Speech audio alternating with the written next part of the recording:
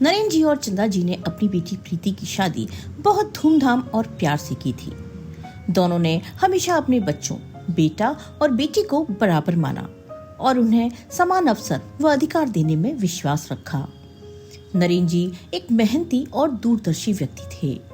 उन्होंने अपनी जिंदगी भर की कमाई और बचत से एक बड़ा प्लॉट खरीदा था, जिसे उन्होंने अपनी बेटी प्रीति के नाम कर दिया था, ताकि उसका भविष्य सुरक्षित रहे।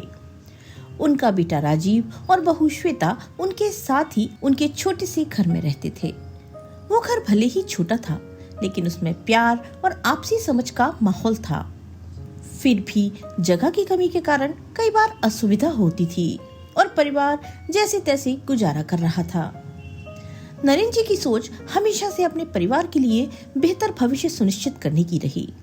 उन्होंने तय किया था कि रिटायरमेंट के बाद वे अपने छोटे से घर को बेचकर उससे मिलने वाली रकम और अपनी बचत को मिलाकर एक बड़ा घर खरीद लेंगे, जिसमें पूरा परिवार आराम से रह सके।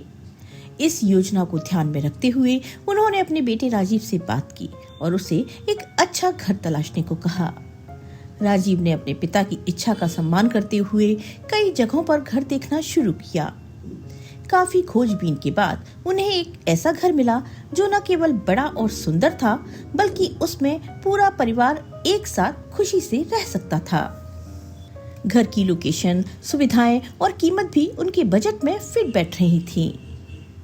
नरेन जी और चंदा जी ने उस घर को देखा और उसे तुरंत पसंद कर लिया। परिवार में खुशी की लहर दौड़ गई। नरेन जी ने बिना देर किए उस घर को फाइनल कर दिया। उन्होंने घर के मालिक से बात की और बयाना देकर एग्रीमेंट भी करवा लिया। अब बस उनके छोटे घर के बिकने का इंतजार था, ताकि उससे मिलने वाली रकम से नए घर की पूरी कीमत चुकाकर उसे अपने नाम करवा सकें। पूरा परिवार इस नए घर में शिफ्ट होने के सपने देखने लगा था। चंदा जी ने तो नए घर की सजावट और इंटीरियर की योजना भी बनानी शुरू कर दी थी। राजीव और श्वेता भी उत्साहित थे, क्योंकि नया घर उनके लिए एक नई शुरुआत का प्रतीक था। लेकिन नियति को शायद कुछ और ही मंजूर था। अचानक एक ऐसी त्रासदी आई जिसने पूरे परिवार को हिलाकर रख दिया। एक भयानक तूफान की तरह जिसने सब कुछ तहस नहस कर दिया। नरेन जी को अचानक दिल का दौरा पड़ा। परिवार के पास इतना समय भी नहीं था कि वे उन्हें बचा पाते। कुछ ही पलों में नरेन जी इस दुनिया को अलविदा कह गए। उनके जाने से परिवार पर दुखों का पहाड़ टूट पड़ा। चंदा जी, राजीव और श्वेता सदमे में डूब गए। नरेन जी की इच्छा, उनका सपना और उनकी योजनाएं अब अधूरी रह गई थीं। नए घर का सपना जब कुछ ही समय पहले इतना करीब लग रहा था, अब अनिश्चितता के भंवर में फंस गया था। परिवार को अब न केवल अपने दुख से जूझना था, बल्कि ये भी तय करना था कि नरेन जी के अधूरे सपनों को वो कैसे पूरा करेंगे। नरेन जी के अचानक चले जाने के बाद पूरा परिवार सदमे में डूब गया था। सब कुछ तितर बितर हो गया था और किसी को समझ ही नहीं आ रहा था कि अचानक ये क्या अनहोनी हो गई। चंदा जी, राजीव और श्वेता सभी अपने अपने दुख में डूबे थे। नरेन जी की कमी हर पल खल रही थी। उनके बिना घर सूना सूना लगता था। फिर भी समय के साथ जीवन को पटरी पर लाना जरूरी था। 1-2 महीने बाद परिवार ने किसी तरह खुद को संभाला। राजीव, जो अब परिवार का एकमात्र कमाने वाला सदस्य था, पूरे घर की जिम्मेदारी उसने अपने कंधों पर ले ली। उसने न केवल अपनी नौकरी और घर के खर्चों को संभाला, बल्कि माँ चंदा जी और पत्नी श्वेता का हौसला भी बनाए रखने की कोशिश की। लेकिन इस बीच एक नई मुसीबत ने परिवार में सेंध लगा दी। प्रीति का पति, नरेन जी का दामाद समीर एक बेहद लालची और स्वार्थी व्यक्ति था। वो अपने फायदे के लिए किसी भी हद तक जा सकता था। उसकी मंशा हमेशा से नरेन जी की संपत्ति पर थी। प्रीति, जो पहले अपने माता पिता और भाई के लिए स्नेह रखती थी, अब अपने पति के साथ रहते रहते उसी की तरह शातिर और स्वार्थी हो चुकी थी। वो अपने मायके आने पर चंदा जी के दिमाग में जहर घोलने लगी। हर बार जब वो माँ से मिलती, वो उन्हें भड़काने वाली बातें करती। उसने चंदा जी को समझाना शुरू किया, माँ, अब पापा इस दुनिया में नहीं हैं। आप कोई बेवकूफी ना करें। बैंक में जो आपकी जमा पूंजी है, उसे अगर आपने बड़ा घर खरीदने में लगा दिया तो आपके पास कुछ नहीं बचेगा, और अगर आपके हाथ खाली हो गए तो भाई और भाभी आपकी इज्जत नहीं करेंगे। आपने देखा नहीं बूढ़ी औरतों का बुढ़ापे में क्या हाल होता है। जब तक पापा थे तब तक तो ठीक था, क्योंकि वे सबको संभालते थे, लेकिन अब राजीव और श्वेता आपकी परवाह नहीं करेंगे। ये लोग सिर्फ अपने फायदे की सोचते हैं। अगर भाई को बड़ा घर चाहिए तो वो अपनी कमाई से खरीद ले। आप अपनी मेहनत की कमाई क्यों बर्बाद करें? प्रीति की ऐसी बातें चंदा जी के मन में धीरे धीरे जहर की तरह फैलने लगी। शुरुआत में चंदा जी को ये बातें अजीब लगी, लेकिन रोज रोज एक ही बात सुनते सुनते उनका दिमाग घूमने लगा। वो अपनी बेटी और दामाद की हर बात को सच मानने लगी। उनके मन में ये डर बैठ गया कि अगर उन्होंने अपनी बचत खर्च कर दी तो उनका बेटा और बहू उनकी परवाह नहीं करेंगे। इस डर ने उन्हें अपनी ही बेटी और बहू से दूर करना शुरू कर दिया। चंदा जी, जो पहले राजीव और श्वेता के साथ खुलकर बातें करती थी, अब उनसे दूरी बनाने लगी। दूसरी ओर वो प्रीति और उसके पति के करीब आने लगी, क्योंकि उनकी चिकनी चुपड़ी बातें और चाशनी में खुला जहर उनके दिल और दिमाग पर हावी हो चुका था। एक दिन राजीव ने उत्साह के साथ चंदा जी से कहा, माँ, नए घर की डील फाइनल होने वाली है। कुछ महीनों में हम इस छोटे घर को बेच देंगे। बस अब आप फ्लैट की थोड़ी और रकम डीलर को दे दीजिए। बाकी पैसे जब ये घर बिकेगा तब दे देंगे, और फिर हम फ्लैट की रजिस्ट्री अपने नाम करवा लेंगे। ये सुनकर चंदा जी का चेहरा सख्त हो गया। उन्होंने साफ मना कर दिया और कड़वे स्वर में कहा, अब तेरे पिताजी नहीं रहे तो मेरे पास कौन सी जमा पूंजी बची है? मैं बैंक में रखे पैसे कहीं नहीं लगाऊंगी। अगर तेरे पिताजी होते तो बात अलग थी, लेकिन अब मैं अपने हाथ खाली नहीं करूंगी। राजीव ये सुनकर हैरान रह गया। उसने समझाने की कोशिश की, माँ, ये तो पिताजी का ही फैसला था। अगर पिताजी होते तब भी तो यही रकम खर्च होती। और रही आपके हाथ खाली होने की बात, तो पिताजी की पेंशन तो आपको मिल ही रही है। फिर मैं हूँ, श्वेता है, क्या हम आपका ख्याल नहीं रखेंगे? आप ऐसा क्यों सोच रही हैं? लेकिन चंदा जी का गुस्सा और बढ़ गया। उन्होंने तल्खी से कहा, मुझे सब पता है, कोई बेटा बहू अपनी माँ का ख्याल नहीं रखता। सब सिर्फ स्वार्थ का रिश्ता रखते हैं। मैं कोई पैसे नहीं देने वाली, बस। राजीव को अपनी माँ का ये रवैया समझ नहीं आया।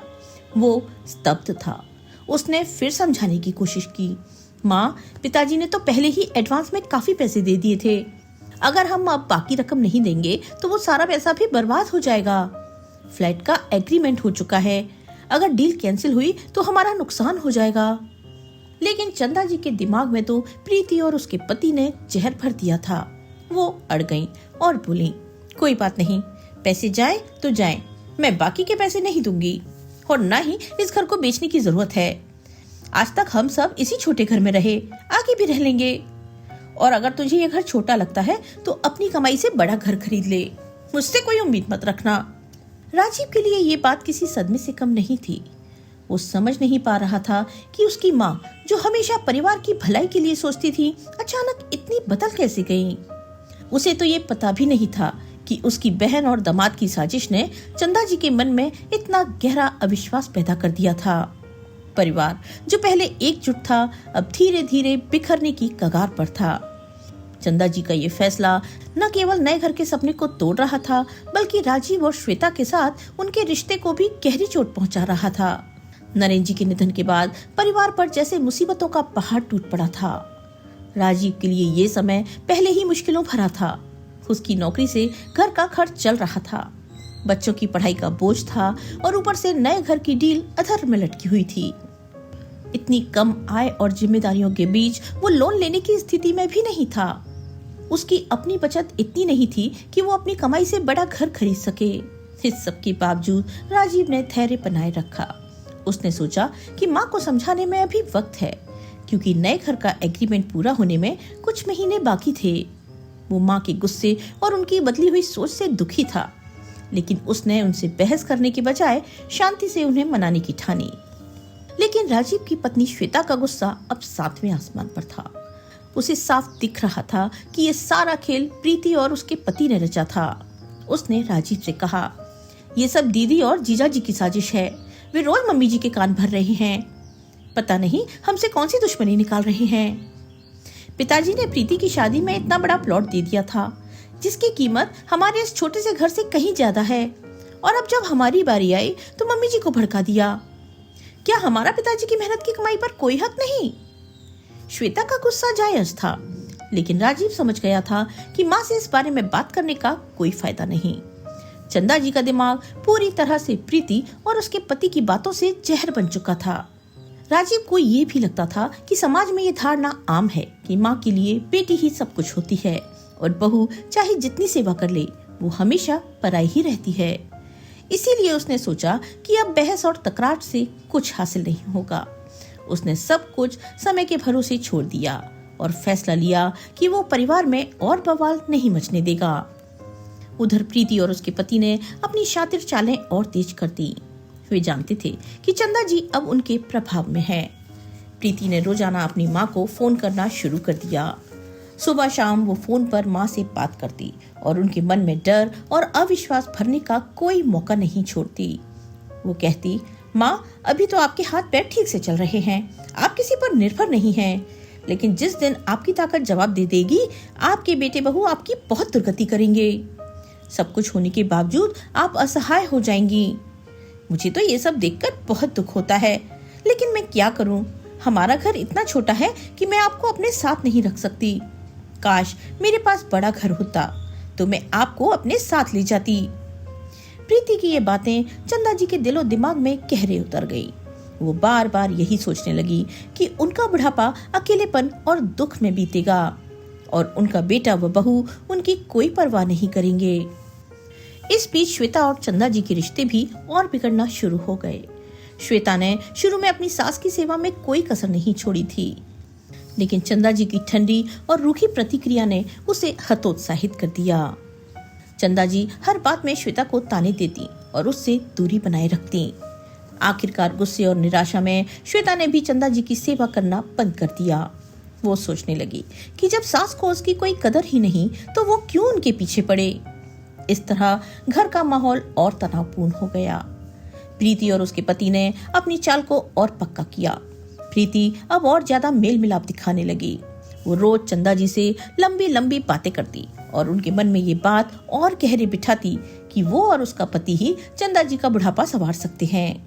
वो बार बार कहती, माँ काश मेरे पास पैसे होते तो मैं पिताजी के दिए प्लॉट पर एक अच्छा सा घर बना लेती, फिर आपको अपने साथ रख लेती। लेकिन घर बनाने में तो बहुत खर्चा आएगा और हमारा इतना बजट नहीं है। ये बातें सुन सुनकर चंदा जी की सोचने समझने की शक्ति जैसे खत्म हो चुकी थी। उन्हें अब यही लगता था कि उनका बेटा और बहू उनके दुश्मन हैं और उनकी बेटी व दामाद ही उनके सच्चे हितैषी हैं। आखिरकार एक दिन चंदा जी ने प्रीति से कहा, बेटा तुम्हारे पिताजी ने जो नए घर का एग्रीमेंट किया था उसमें अभी वक्त बाकी है, वो डील अभी टूटी नहीं है। मेरे पास बैंक में जो पैसे हैं मैं उन्हें इस घर के लिए दे सकती हूँ, लेकिन फिर भी कुछ पैसे और लगाने पड़ेंगे। अगर हम किसी तरह उस घर को ले लें तो मैं तुम लोगों के साथ वहाँ रह लूंगी। कम से कम मेरा बुढ़ापा तो आराम से कटेगा, वरना तो मेरी दुर्गति तय है। ये सुनकर प्रीति और उसका पति समीर खुशी से फूले नहीं समाये। यही तो वो चाहते थे। उनकी साजिश रंग लाई थी। उन्होंने तुरंत चंदा जी को समझाया कि वे इस बारे में राजीव और श्वेता को कुछ न बताएं। समीर ने बड़े नाटकीय अंदाज में कहा, माँ बाकी के पैसे मैं अपनी तरफ से लगा दूंगा, आप चिंता न करें। चंदा जी को ये सुनकर बहुत राहत मिली। वो सोचने लगी कि जहाँ उनका बेटा उनके लिए कुछ नहीं कर सका, वहीं उनका दामाद उनके लिए इतना बड़ा घर लेने को तैयार है। वो गदगद हो उठी और प्रीति व समीर के प्रति उनका भरोसा और गहरा हो गया। लेकिन उन्हें ये नहीं पता था कि ये सब एक सोची समझी साजिश थी, जिसका मकसद नरेंद्र जी की मेहनत की कमाई को हड़पना था। राजीव और श्वेता को इस साजिश की भनक तक नहीं थी और चंदा जी का ये फैसला न केवल उनके सपनों को चकनाचूर करने वाला था, बल्कि परिवार के रिश्तों को और गहरी खाई में धकेलने वाला था। चंदा जी ने अपनी बेटी प्रीति और दामाद के प्रति अंधे भरोसे में आकर एक ऐसा कदम उठा लिया जिसने उनके जीवन की दिशा ही बदल दी।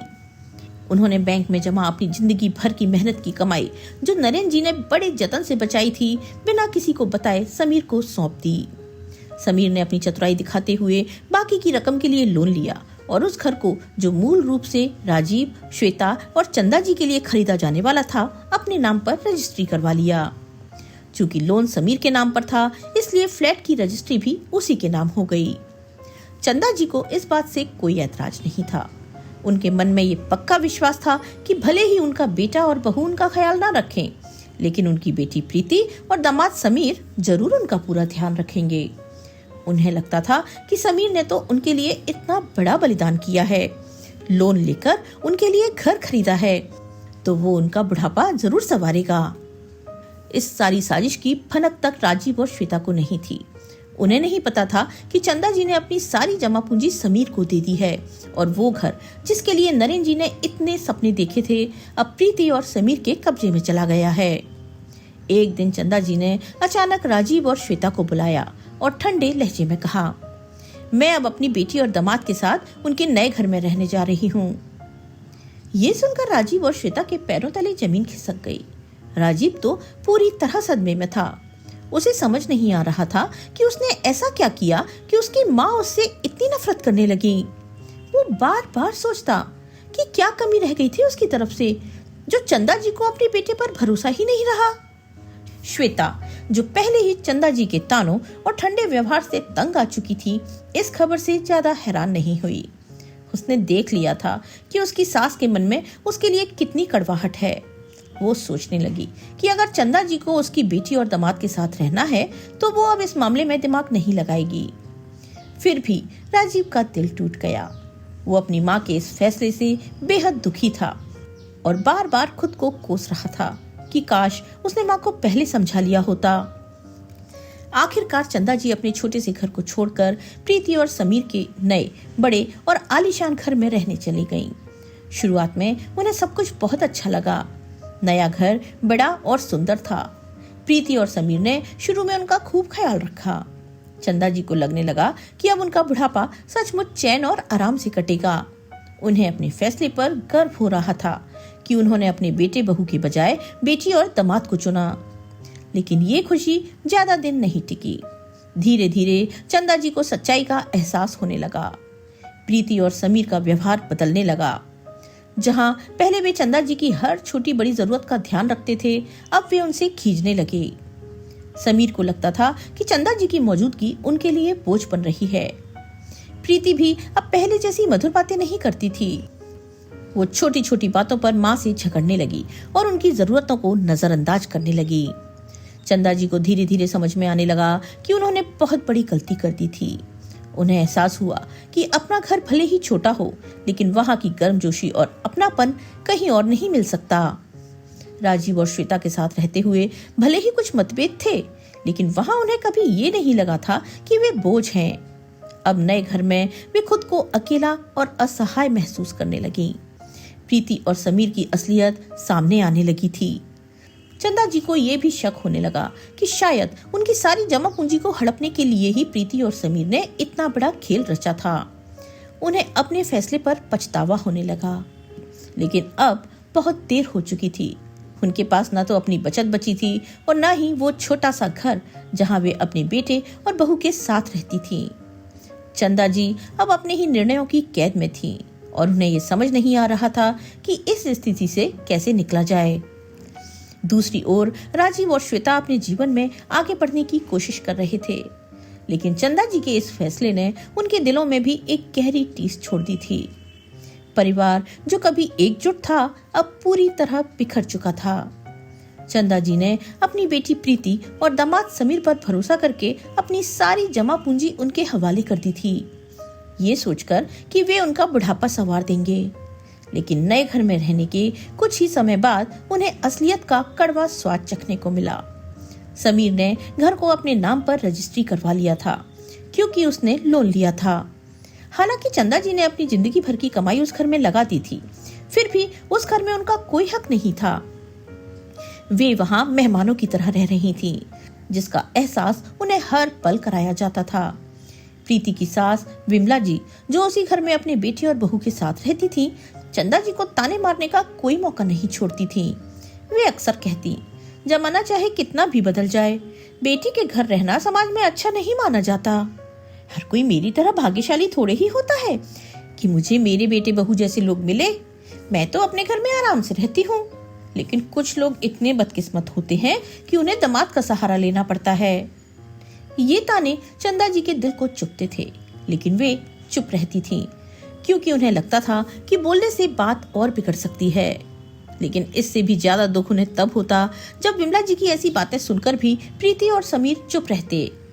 चंदा जी को ये देखकर हैरानी होती कि उनकी अपनी बेटी और दामाद, जिनके लिए उन्होंने सब कुछ दांव पर लगा दिया, उनकी बेइज्जती होने पर एक शब्द भी नहीं बोलते। उनके मन में बार बार ये ख्याल आता कि ये घर तो उनके पैसों से खरीदा गया है। समीर ने भले ही लोन लिया हो, लेकिन उसकी रकम उनके जेवर बेचकर भी चुकाई जा सकती थी। फिर भी वे अपने आत्मसम्मान को दबाकर चुप रहती थीं, क्योंकि उन्हें डर था कि अगर उन्होंने कुछ कहा तो उनका बेटी दामाद के साथ रिश्ता और बिगड़ जाएगा। लेकिन हर दिन उनके आत्मसम्मान को तार तार किया जा रहा था। विमला जी की तीखी बातें, प्रीति की उदासीनता और समीर की बेरुखी उन्हें अंदर ही अंदर तोड़ रही थी। आखिरकार एक दिन बात हद से बाहर हो गई। विमला जी ने फिर से चंदा जी को ताने मारने शुरू किए। इस बार चंदा जी का धैर्य जवाब दे गया। गुस्से में आकर उन्होंने विमला जी को खरी खोटी सुना दी। ये घर मेरे पैसों से खरीदा गया है। तुम्हें क्या लगता है मैं यहाँ मेहमान बनकर रह रही हूँ? तुम्हारे बेटे ने जो लोन लिया है वो मैं अपने जेवर बेचकर एक दिन में चुका सकती हूँ। मेरी वजह से ये घर खड़ा है और तुम मुझे ताने मारती हो। चंदा जी का गुस्सा जायज था, लेकिन ये सब समीर ने अपने कानों से सुन लिया। उसे अपनी माँ की बेइज्जती बर्दाश्त नहीं हुई। वो गुस्से से तिलमिलाता हुआ कमरे में आया और चंदा जी पर चिल्लाने लगा। हिम्मत कैसे हुई आपकी मेरी माँ से ऐसे बात करने की? मेरे घर में रहती हैं, मेरा खाती हैं और मेरी ही माँ को 4 बातें सुना रही हैं। कान खोलकर सुन लीजिए, ये मेरा घर है, मेरे नाम पर है। मेरे घर में मेरी माँ की बेइज्जती मैं कभी बर्दाश्त नहीं करूंगा। अगर चुपचाप मुंह बंद करके रह सकती हैं तो रहिए, वरना दरवाजे खुले हैं, आप जा सकती हैं। इतना कहकर समीर गुस्से में पैर पटकते हुए अपने कमरे में चला गया। चंदा जी को जैसे सांप सूंघ गया। उन्हें यकीन नहीं हो रहा था कि उनका दामाद, जिसे वे इतना मानती थी, उनके साथ ऐसा व्यवहार कर सकता है। तभी प्रीति भी वहां आ पहुंची और अपनी माँ पर बरस पड़ी। मम्मी, करवा दी ना मेरी बेइज्जती। चुपचाप 2 रोटी खाकर नहीं रह सकती थी? तुम्हें तो पता है कि समीर अपनी माँ से कितना प्यार करता है। अब तुम्हारी वजह से मेरे और समीर के बीच लड़ाई हो जाएगी। मेरे घर में कलह मचेगा। क्या माँ अपने बेटे बहू से रिश्ता नहीं संभाल पाई और अब मेरे घर में भी आग लगा रही हो? प्लीज आप यहाँ से चली जाइए, अपने बेटे बहू के पास जाकर रहिए, वरना मेरा घर टूट जाएगा। चंदा जी ये सब सुनकर स्तब्ध रह गई। उनकी अपनी बेटी, जिसके लिए उन्होंने सब कुछ कुर्बान कर दिया, उन्हें इस तरह घर से निकालने की बात कर रही थी। उन्होंने गुस्से और दुख के मिश्रित स्वर में कहा, क्या बकवास कर रही है तू? ये मेरा घर है, मेरे पैसों से खरीदा गया है। मैंने इसी भरोसे पर यह घर लिया था कि मैं यहाँ रहूंगी, और अब तू मुझे मेरे ही घर से निकाल रही है। लेकिन प्रीति ने बेशर्मी से जवाब दिया, माँ, ये आपका नहीं समीर का घर है, ये उसके नाम पर है। इससे ज्यादा मुझे कुछ नहीं कहना, आप जा सकती हैं। चंदा जी के लिए ये पल किसी बुरे सपने से कम नहीं था। उनकी आंखों के सामने उनका सारा विश्वास, उनका भरोसा और उनकी मेहनत की कमाई चूर चूर हो रही थी। उन्हें अब साफ दिख रहा था कि प्रीति और समीर ने उनके साथ कितना बड़ा धोखा किया था। वे न केवल उनकी जमा पूंजी हड़प चुके थे, बल्कि अब उन्हें उनके ही घर में अपमानित करके उन्हें घर से बाहर निकलने की बात कर रहे थे। चंदा जी का दिल टूट चुका था। उन्हें अपने फैसले पर गहरा पछतावा हो रहा था, लेकिन अब उनके पास ना तो पैसे बचे थे, ना ही वो छोटा सा घर जहां वे अपने बेटे और बहू के साथ रहती थीं। वे पूरी तरह असहाय थीं और अब उनके सामने एक ही रास्ता था, या तो इस अपमान को सहन करके चुप रहें, या फिर उस बेटे के पास लौट जाएं जिसे उन्होंने ठुकरा दिया था। लेकिन क्या राजीव और श्वेता अब उन्हें अपनाएंगे? ये सवाल उनके मन को और भी कचोट रहा था। चंदा जी का दिल टूट चुका था। उनकी अपनी बेटी प्रीति और दामाद समीर की साजिश ने उन्हें पूरी तरह झकझोर दिया था। उन्होंने समझ लिया था कि कैसे उनकी बेटी और दामाद ने मिलकर न केवल उनकी जिंदगी भर की कमाई हड़प ली, बल्कि उनके बेटे राजीव और बहू श्वेता के साथ उनके रिश्ते भी तार तार कर दिए। गुस्से और दुख के मिश्रित भावों के साथ चंदा जी ने प्रीति की ओर देखा और कहा, तूने बहुत गलत किया बेटी। तुमने न सिर्फ मेरे भरोसे को तोड़ा, बल्कि अपने भाई के हक के पैसे भी मुझसे छीन लिए। मैं माँ हूँ, तुझे बद्दुआ तो नहीं दे सकती, लेकिन हाँ, तेरे बहकावे में आकर मैंने अपने बेटे और बहू के साथ बहुत बड़ा अन्याय किया। अब मैं किस मुंह से उन्हें सारा सच बताऊंगी? उन्हें तो ये भी नहीं पता कि मैंने बैंक में रखी सारी जमा पूंजी तुम्हें दे दी और उनके लिए खरीदा जाने वाला घर तुम्हारे पति के नाम कर दिया। लेकिन याद रख, तू बहुत पछताएगी। इतना कहकर चंदा जी की आंखें छलछला आईं। वे वहां से निकल गईं, लेकिन उनका मन बेचैन था। उन्हें समझ नहीं आ रहा था कि अब वे क्या करें। उनकी एक गलती ने सब कुछ बर्बाद कर दिया था। चंदा जी का दिल बार बार यही सवाल पूछ रहा था कि अब वे अपने बेटे और बहू के सामने किस मुंह से जाएंगी, क्या कहेंगी। लेकिन सच छुपाने से कुछ हासिल नहीं होने वाला था। आखिरकार उन्होंने हिम्मत जुटाई और अपने पुराने छोटे से घर की ओर चल पड़ी। आंखों में आंसू और चेहरे पर पछतावे की लकीरें लिए उन्होंने डोरबेल बजाई। दरवाजा खुला तो राजीव ने अपनी माँ को उस हालत में देखा। आंखें लाल, चेहरा सूजा हुआ और शरीर थकान से बोझिल। वो हैरान रह गया और जल्दी से उन्हें अंदर ले आया। श्वेता ने उन्हें पानी पिलाया और चुपचाप उनकी बात सुनने के लिए बैठ गई। चंदा जी ने थोड़ा संभलकर अपनी गलती स्वीकारते हुए सारा सच बता दिया। कैसे प्रीति और समीर ने उन्हें बहकाया, कैसे उन्होंने अपनी सारी जमा पूंजी उन्हें दे दी और कैसे वो घर जो राजीव और श्वेता के लिए था समीर के नाम हो गया। ये सुनकर राजीव और श्वेता स्तब्ध रह गए। राजीव का दिल दुख से भर गया। उसने धीमे स्वर में कहा, क्यों माँ बाप को अपनी बेटी और दामाद पर तो भरोसा हो जाता है, लेकिन बेटे और बहू पर नहीं। जिस कोख से बेटी पैदा होती है उसी से बेटा भी तो पैदा होता है, और जिस तरह बहू दूसरे घर से आती है उसी तरह दामाद भी तो पराया होता है। फिर ऐसा क्यों माँ? अगर दामाद पर भरोसा है तो बहू पर क्यों नहीं? अगर बेटी पर भरोसा है तो बेटे पर क्यों नहीं? चंदा जी के पास कोई जवाब नहीं था। उनकी आंखों से आंसू बह रहे थे और वे बस अपने बेटे और बहू से गिड़गिड़ाकर माफी मांग रही थीं। राजीव और श्वेता के लिए ये पल आसान नहीं था। माँ की संपत्ति थी और उन्होंने अपनी मर्जी से उसे प्रीति को दे दिया था। उनका उस पर पूरा हक था। फिर भी राजीव और श्वेता ने कभी चंदा जी को अनदेखा नहीं किया था। वे हमेशा उनकी सेवा करते रहते, लेकिन प्रीति और समीर ने उनके मन में ऐसा जहर भरा कि वे अपने ही बेटे और बहू को पराया समझने लगी थी। लेकिन अब प्रीति और समीर की असलियत सामने आने के बाद चंदा जी का वो भ्रम टूट चुका था। वे अपने घर लौट आईं, लेकिन उनका मन अभी भी बेचैन था। उनकी बेटी ने उनके साथ इतना बड़ा धोखा किया था कि वे दिन रात यही सोचती रहती कि कैसे उन्हें सबक सिखाया जाए। राजीव और श्वेता ने इसे अपनी किस्मत मानकर चुप्पी साध ली। उनके पास कोई और रास्ता भी नहीं था। 2 महीने बीत गए। इस दौरान चंदा जी और प्रीति समीर के बीच कोई बात नहीं हुई। फिर एक दिन प्रीति को फोन आया। वो बड़े प्यार भरे लहजे में बोली, माँ आप कैसी हैं? चंदा जी ने तल्खी से जवाब दिया, कैसी रहूंगी? जिस बेटी और दामाद ने मेरी बेइज्जती करके मुझे मेरे ही घर से निकाल दिया, जिस घर के लिए मैंने अपनी सारी कमाई दे दी, वो औरत कैसी रह सकती है? प्रीति ने नरम स्वर में कहा, माँ वो सब गलत फहमी थी। उस दिन समीर बहुत परेशान थे। उनके बिजनेस में नुकसान हो गया था, इसलिए उनका दिमाग खराब था। वे आज तक उस बात के लिए पछता रहे हैं। वे शर्मिंदगी की वजह से आपसे माफी भी नहीं मांग पा रहे। मुझे भी बहुत अफसोस है। मैंने भी उस दिन गुस्से में आपको बहुत कुछ कह दिया। माँ हम दोनों बहुत शर्मिंदा हैं।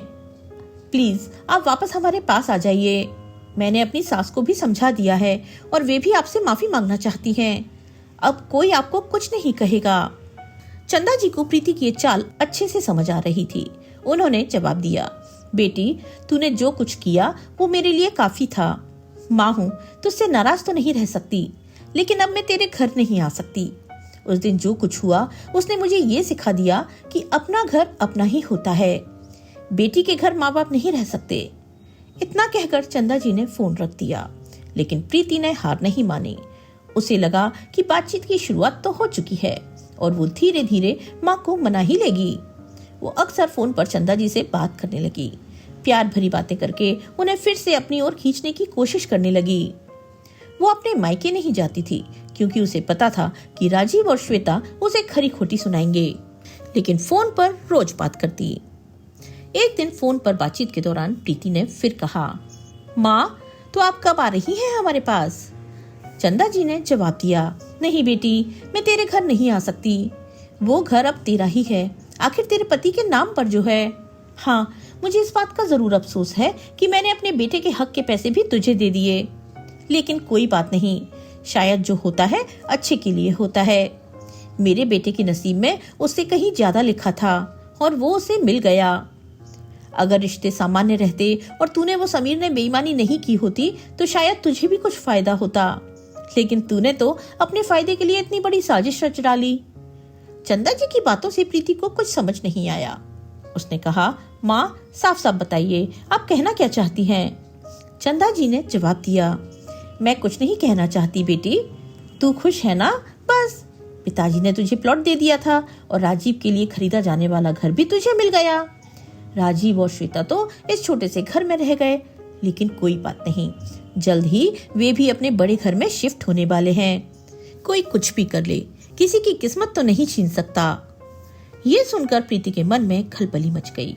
वो सोचने लगी कि अचानक ऐसा क्या हुआ कि माँ इतने आत्मविश्वास से बात कर रही हैं। उनके पास अब बचा ही क्या है?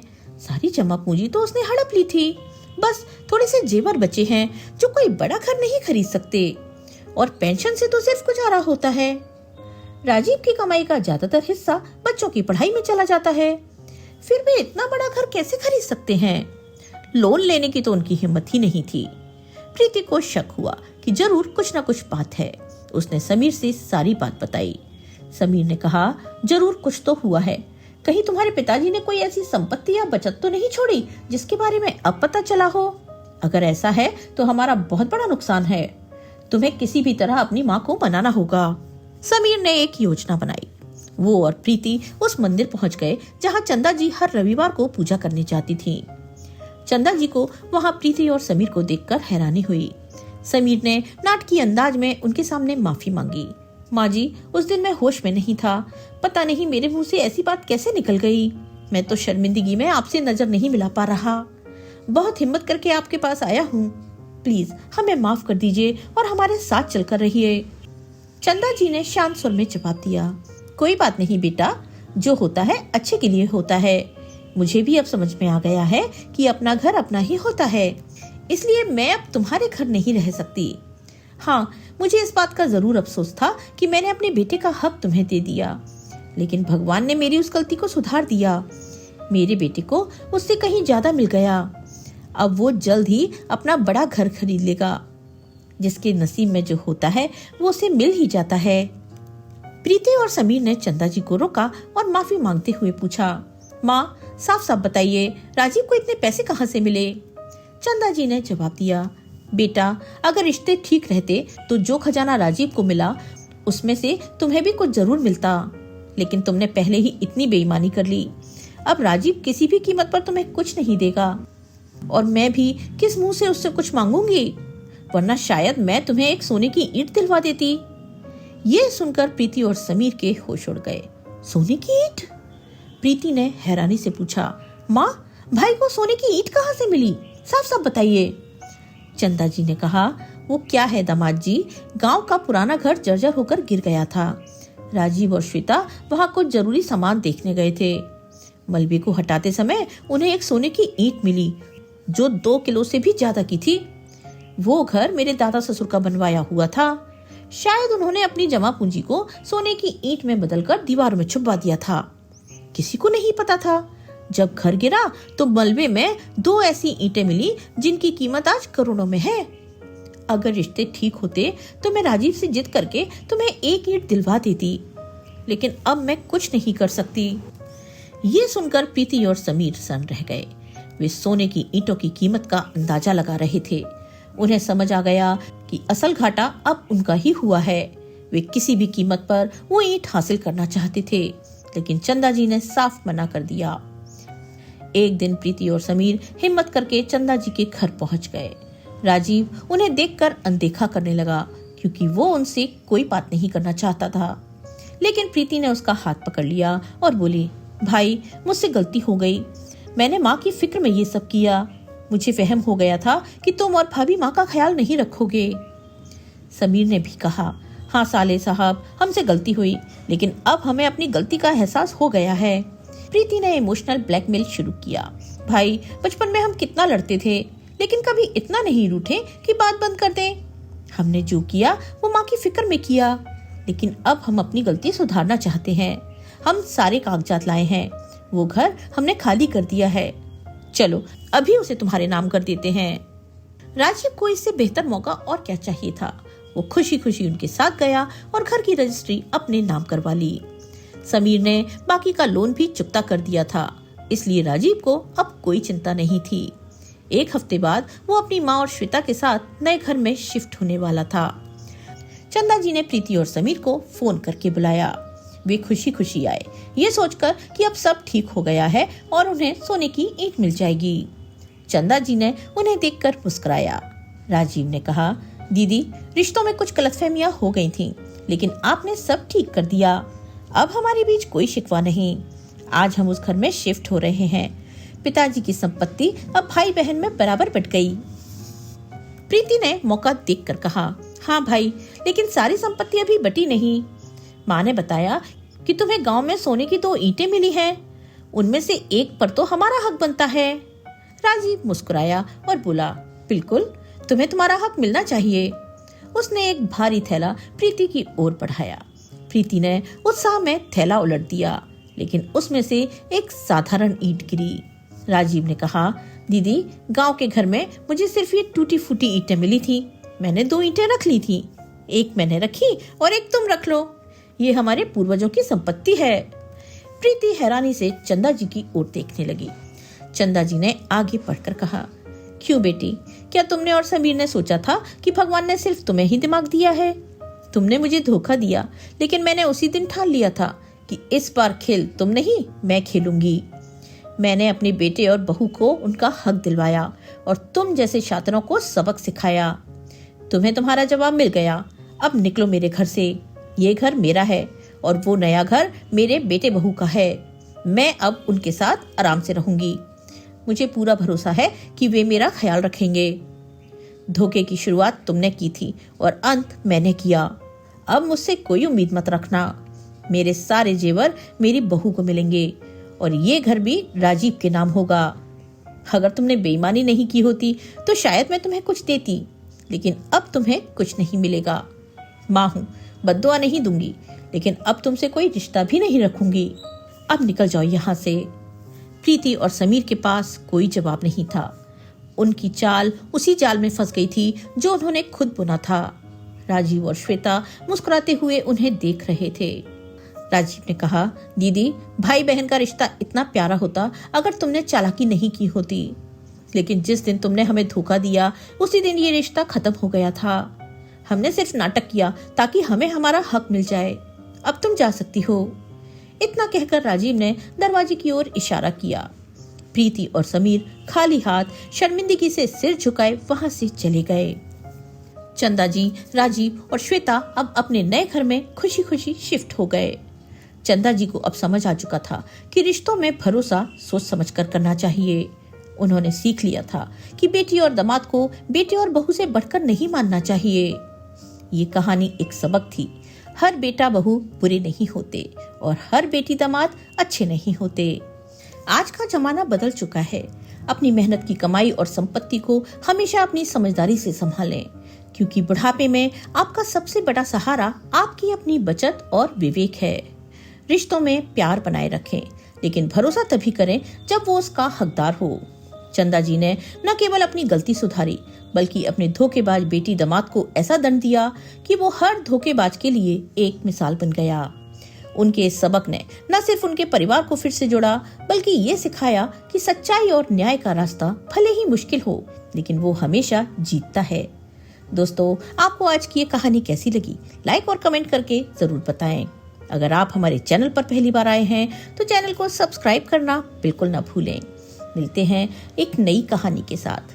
तब तक के लिए स्वस्थ रहिए, मस्त रहिए और अपने अपनों का ख्याल रखिए। आपका बहुत बहुत धन्यवाद।